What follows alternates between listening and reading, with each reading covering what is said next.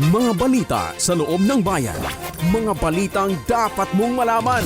Balitang makatotohanan. Balita na ang direksyon ay pag-unlad ng bayan. Balitang Bayan! Magandang araw ng Sabado. Ngayon po ay ika-27 ng Hunyo, taong 2026. Ako po si Ranciason at kami po ang maghahatid ng makabuluhang balitang bayan na aming nakalap sa bayan ng Brooks Point ngayong linggo. Narito ang ulo ng mga balita na ihahayag sa atin ng LGU Special Program for Employment Students Reporters o ang LGU Press Entrance News Team. Mga balita sa loob ng bayan. Mga balitang dapat mong malaman. Balitang makatotohanan. Balita na ang direksyon ay pag-unlad ng bayan. Balitang Bayan! Mutya ng Brooks Point 2026, Dolores Sanchez, wagi bilang Miss Universe Palawan 2026. Brooks Pointer Jonah Sanchez, kampiyon ng tanghalan sa Baragatan 2026. Treasurer Emma Tabangay, kinilalang top 4 municipal treasurer sa lalawigan ng Palawan. Brooks Point, napiling lunsaran ng makabagong Oyster Culture Project ng UPMSI. Panunumpaan ng bagong promoted employees, pinangunahan ni Mayor Benedito. LGU Brooks Point, nagsagawa ng community outreach program sa proyekto MSET Chas Elementary School. Empowerment and Reaffirmation of Paternal Abilities Training, isinagawa ng MSWDO at DSWD. LGU Brooks Point, lumagda sa mga kontrata para sa agrikultura at ika-77 anibersaryo ng bayan. Mayor Benedito, nakipagpulong sa mga TODA at traffic officials para sa mas maayos na daloy ng trapiko. At Mayor Benedito, pinangunahan ng pamamahagi ng tulong pinansyal sa Barangay Maasin. Magbabalik ang LGU Press Entrance News Team para sa detalye ng Balitang Bayan. Mga balita sa loob ng bayan. Mga balitang dapat mong malaman. Balitang makatotohanan. Balita na ang direksyon ay pag-unlad ng bayan. Balitang Bayan! At nagbabalik ang ating Balitang Bayan, tayo po ay manatiling nakatutok sa programang ito. Para sa ating unang balita, mutya ng Brooks Point 2026, Dolores Sanchez, wagi bilang Miss Universe Palawan 2026. Tunghayan natin ang detalye sa balita ni LGU Press Entrance News Reporter Jaire Ismali. Balitang Bayan! Nagkaisa ang mga mamamayan ng Brooks Point sa pagpapakita ng suporta kay Dolores Dali Sanchez sa ginanap na mutya ng Palawan 2026 nitong Hunyo 19, 2026. Nakiisa sa pagsuporta sina Mayor Cesario R. Benedito Jr., Vice Mayor Attorney Mary Jean D. Feliciano, Konsehal Stalwart Joseph M. Benedito at Konsehal Nathan Sam O. Lacanilaw kasama ang iba pang taga-suporta mula sa bayan. Matagumpay na nasungkit ni Sanchez ang korona bilang Miss Universe Palawan 2026 na nagbigay ng malaking karangalan sa Brooks Point. Bukod dito, naiuwi na rin niya ang mga espesyal na parangal na Best in Evening Gown at Best in Swimsuit. Patunay ng kanyang kahusayan, kumpiyansa at natatanging pagganap sa kompetisyon. Ang tagumpay ni Dali ay nagsisilbing inspirasyon sa kabataang Brooks Pointers at patunay sa sipag, determinasyon at suporta ng komunidad. Patuloy na makikilala at may pagmamalaki ang bayan ng Brooks Point sa lalawigan ng Palawan. Mula sa LGU Press Interns, ako po si Jaire B. Ismali, nag-uulat para sa Balitang Bayan. Salamat, Jaire. At sa Balitang Pangbayan, Brooks Pointer Jonah Sanchez, kampiyon ng tanghalan sa Baragatan 2026. Para sa detalye, narito si LGU Press Entrance News Reporter Kyra Lim. Balitang Bayan! Nagbigay ng karangalan sa bayan ng Brooks Point si Jonah Sanchez matapos tanghaling kampiyon sa timeless category ng Tanghalan sa Baragatan 2026 Grand Vocal Battle na ginanap noong June 18, 2026. Sa gitna ng matinding kompetisyon at pagpapakitang gilas ng mga mahuhusay na mga awit mula sa iba't ibang bayan ng Palawan, namukod tanging si Sanchez sa kanyang kahangahangang talento, husay sa pag-awit at natatanging pagganap sa entablado. Nabalot ng musika at damdamin ang paligsahan habang ipinamalas ng mga kalahok ang kanilang galing at pagmamahal sa ng pag-awit. Bilang kampiyon ng timeless category, nakamit ni Sanchez ang tropeo at gantimpalang nagkakahalaga ng 30,000 pesos, isang patunay ng kanyang dedikasyon at pagsisikap upang maabot ang tagumpay. Ang kanyang pagkapanalo ay hindi lamang personal na tagumpay kundi karangalan din para sa buong komunidad ng Brooks Point. Patunay ito na patuloy na namamayagpag at kinikilala ang talento ng mga Palawenyo sa larangan ng musika. Mula sa lokal na pamahalaan at mamamayan ng Brooks Point, taos-pusong pagbati kay Jonah Sanchez sa kanyang natatanging tagumpay at sa karangalan kanyang iniuwi para sa bayan. Mula sa LGU Press Interns, ako po si Kyra May Lim, nag-uulat para sa Balitang Bayan. Maraming salamat sa iyo, Kyra. Susunod, Treasurer Amata Bangay, kinilalang top 4 municipal treasurer sa lalawigan ng Palawan. Silipin natin ang buong detalye sa ulat ni LGU's Press Entrance News Reporter, Myra Nisa Patali. Balitang Bayan.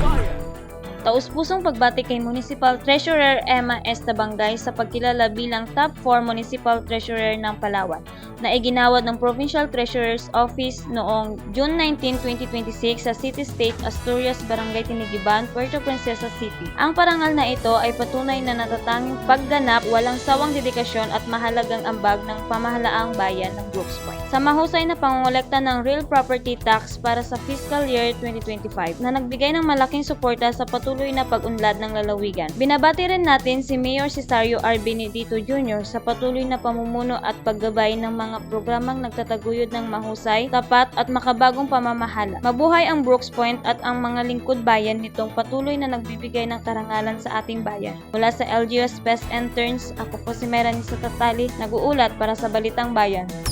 Salamat sa iyo, Myra Nisa. Brooks Point, napiling lunsakan ng makabagong Oyster Culture Project ng UPMSI. Alamin natin ang buong detalye kay LGU's Press Entrance News Reporter, Jaire Esmadi. Balitang Bayan.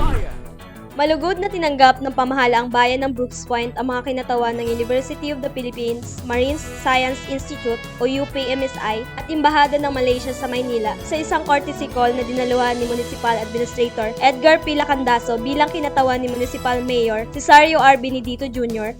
upang talakayin ang planong pagpapatupad ng proyektong Enhancing Livelihood Through Innovative and Sustainable Oyster Culture Techniques in Southern Palawan o OYSLIF sa bayan. Layunin ng OYSLIF na makapagbigay ng karagdagang kabuhayan sa mga mangingisda sa pamamagitan ng pagtataguyod ng makabago at napapanatiling oyster culture kasabay ng pagpapataas ng produksyon, pagsasanay sa mga lokal na mananaliksik at kawani ng pamahalaan, at pagpapalawak ng paggamit ng science-based approaches sa aquaculture. Ang proyekto ay pinanduhan ng Department of Science and Technology o DOST sa ilalim ng UPLIFT program at ipapatupad sa loob ng 24 na buwan sa pakikipagtulungan ng mga LGU, pribadong sektor at mga state universities and colleges. Patuloy na bukas ang pamahalaang bayan ng Brooks Point sa mga programang nagtataguyod ng pangmatagalang pag-unlad ng sektor ng pangisdaan at pagpapalakas ng kabuhayan ng mga mamamayan. Inaasahang magiging daan ang mga ganitong inisyatiba upang makalikha ng mas maraming oportunidad habang isinusulong ang responsableng pamamahala at pangangalaga sa yamang dagat ng bayan. Mula sa LGU's Past Interns, ako po si Jaire B. Ismali, nag-uulat para sa Balitang Bayan. Maraming salamat, Jaire. Samantala, panunumpaan ng bagong promoted employees, pinangunahan ni Mayor Benedito. Narito ang ulat ni LGU's Press Entrance News Reporter, Kyra Lim. Balitang Bayan. Nitong araw ng Lunes, June 22, 2026, pinangunahan ni Mayor Cesario R. Benedito Jr. ang formal na panunumpa sa katungkulan ng mga bagong na-promote na empleyado na ginanap sa New Municipal Hall Lobby, Barangay Tugto, Brooks Point, Palawan. Dinaluhan din ito ni Human Resource Management Officer Luz T. Galicia kasama ang mga empleyadong nakatanggap ng promosyon. Sa isinagawang oath-taking ceremony, formal na ipinahayag ang mga bagong posisyon na hahawakan ng mga na-promote na kawani sa kani-kanilang tanggapan sa loob ng pamahalaang bayan ng Brooks Point. Ang naturang promosyon ay pagkilala sa kanilang dedikasyon, kasipagan at mahusay na paglilingkod sa kanilang mga tungkulin bilang lingkod bayan. Layunin ng aktibidad na formal na italaga ang mga empleyado sa kanilang bagong posisyon at higit pang palakasin ang kanilang responsibilidad sa paglilingkod sa publiko. Inaasahan na patuloy nilang gagampanan ang kanilang mga tungkulin ng may buong puso, integridad at katapatan para sa kapakanan at ikauunlad ng mamamayan ng Brooks Point. Mula sa LGU's Past Interns, ako po si Kyra May Lim, nag-uulat para sa Balitang Bayan. Salamat sa iyo, Kyra. Susunod, LGU Brooks Point nagsagawa ng Community Outreach Program sa proyekto MSET Jazz Elementary School. Balitang hatid sa atin ni LGU's Press Entrance News Reporter, Myra Nisa Tatali. Balitang Bayan.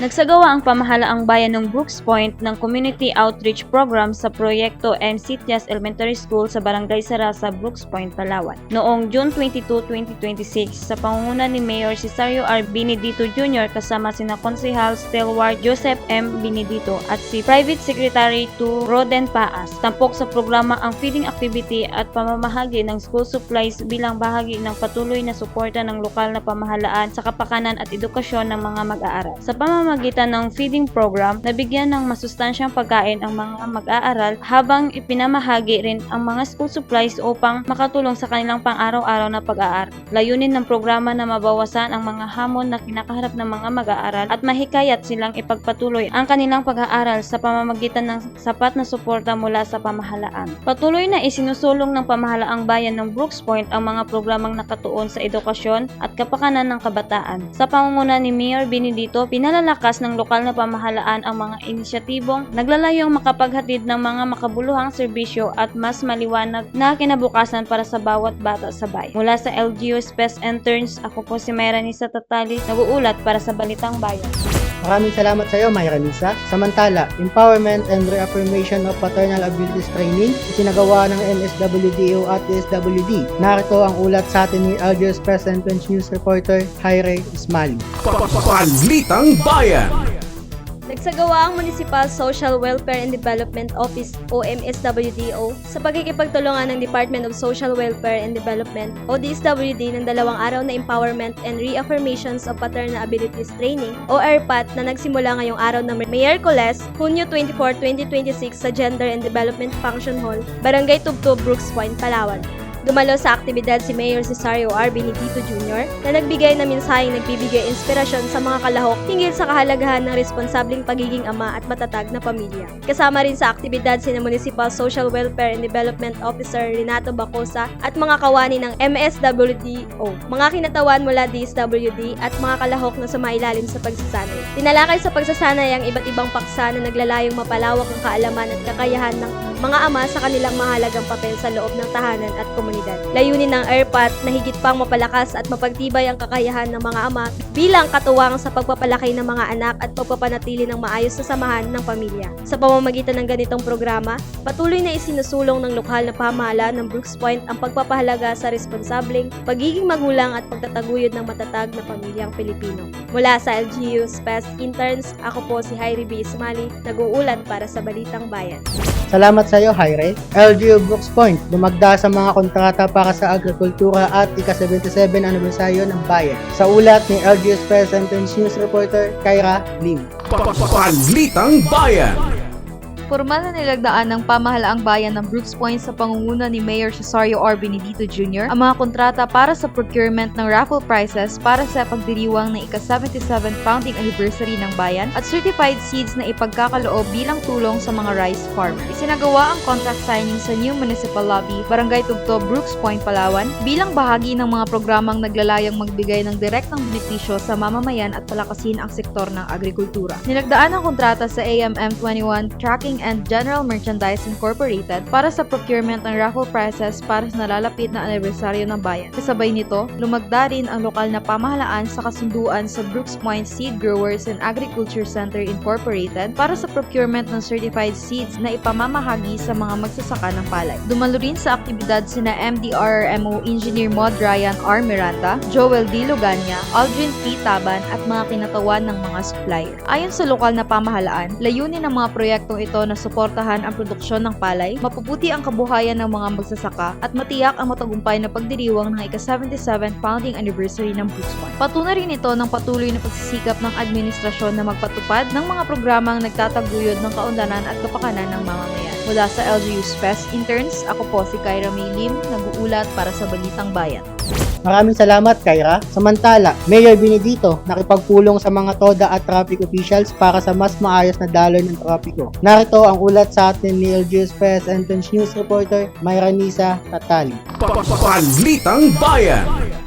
Nagpulong si Mayor Cesario R. Benedito Jr. kasama sina Municipal Administrator Edgar P. Lacandazo, BPGT Administrator Joey Heredero, mga traffic officers at mga pangulo ng Tricycle Operators and Drivers Associations. Nitong Miyerkules, June 24, 2026 sa New Municipal Hall Lobby, Barangay Tubtub, Brooks Point, Palawan. Tinalakay sa naturang pagpupulong ang mga usapin kaugnay sa mga kaayusan at pamamahala ng daloy ng mga taherong tricycle sa bayan. Pangunahing pinag-usapan sa pagpupulong ang wastong sistema at maayos na pagsasaayos ng pagsasakay at pagbababa ng mga pasahero ng lahat ng tricycle drivers, particular sa harap ng event centers, lalo na sa araw na may malaking aktibidad at dagsa ng mga tao sa nasabing lugar. Layunin nitong maiwasan ang pagsisikip ng trapiko at mapanatili ang kaayusan at kaligtasan ng mga motorista, pasahero at mga dumadalo sa iba't ibang programa at aktibidad. Sa pamamagitan ng dialogo at koordinasyon sa pagitan ng lokal na pamahalaan, traffic management personnel at mga kinatawan ng TODA, inaasahang maisa sa katuparan ang mas epektibong sistema ng transportasyon sa bayan. Patuloy namang hinihikayat ng lokal na pamahalaan ng Brooks Point ang kooperasyon ng lahat ng sektor upang mapanatili ang kaayusan, disiplina at kaligtasan ng mga pampublikong lugar. Mula sa LGU's Best Interns, ako po si Mayrani sa Tatali, nag-uulat para sa Balitang Bayan.